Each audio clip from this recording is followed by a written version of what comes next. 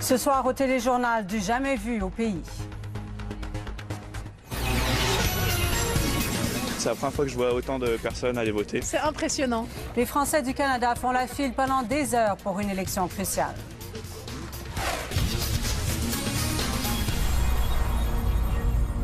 Mesdames et messieurs, bonsoir. À pareille-heure, demain, on saura enfin qui seront les deux finalistes au deuxième tour de la présidentielle française.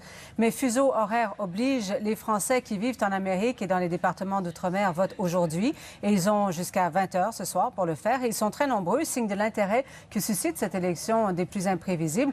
Les expatriés qui veulent voter à Montréal doivent s'armer toutefois de patience, Louis-Philippe. Et dès 8 h ce matin, Pascal, des milliers de Montréalais, Montréalaises d'origine française se sont déplacés dans le quartier Outremont à Montréal, au collège Stanislas, pour aller voter. Et vous allez voir sur cette carte interactive, la file était longue, très longue, plus d'1 kilomètre. À pied, c'est environ 11 minutes. Donc avec toute cette file, on parlait d'environ plusieurs heures d'attente, jusqu'à 3 heures d'attente, nous disaient certains Montréalais, Montréalaises d'origine française.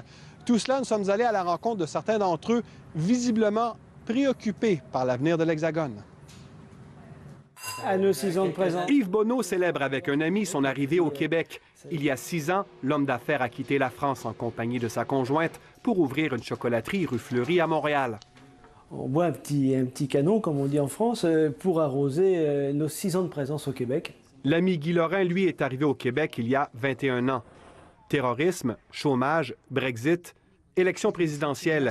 Yves et Guy pensent constamment à leur pays natal. On est aussi inquiet un petit peu de tout ce qui se passe, évidemment, en France, de tout ce qu'on voit, les attentats, les élections dans 2 jours.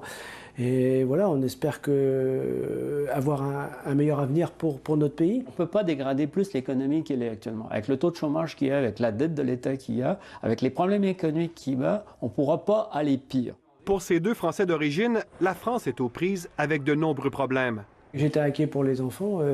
C'est normal parce qu'ils ne sont pas très vieux, ils n'ont pas des boulots vraiment très stables. Et puis c'est ça, c'est quoi l'avenir? On regarde d'un œil inquiet de ce qui se passe pour notre famille en France, c'est sûr. Arrivée au Québec il y a 12 ans, Sabine Faure a ouvert un restaurant alsacien pour conserver ses racines.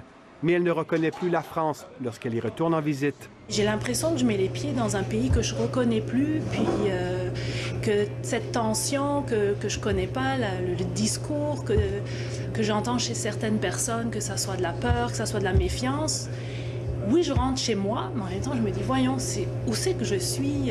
Visiblement, de nombreux Français à l'étranger ont un sentiment d'urgence.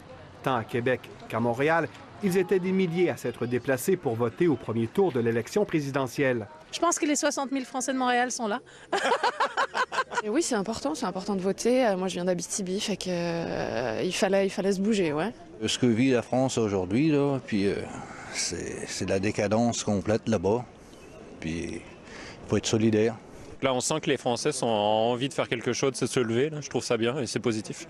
Yves et Guy, eux, voteront à l'élection présidentielle française pour une première fois depuis leur arrivée au Québec. On va dire, vive la France, et puis on va espérer qu'on tourne une page douloureuse, et qu'on aille vers écrire d'autres belles pages maintenant. Ici, Louis-Philippe Pouimet, Radio-Canada, Montréal. Et RDI vous présentera demain dès 12h30 une émission spéciale sur le premier tour de cette présidentielle française.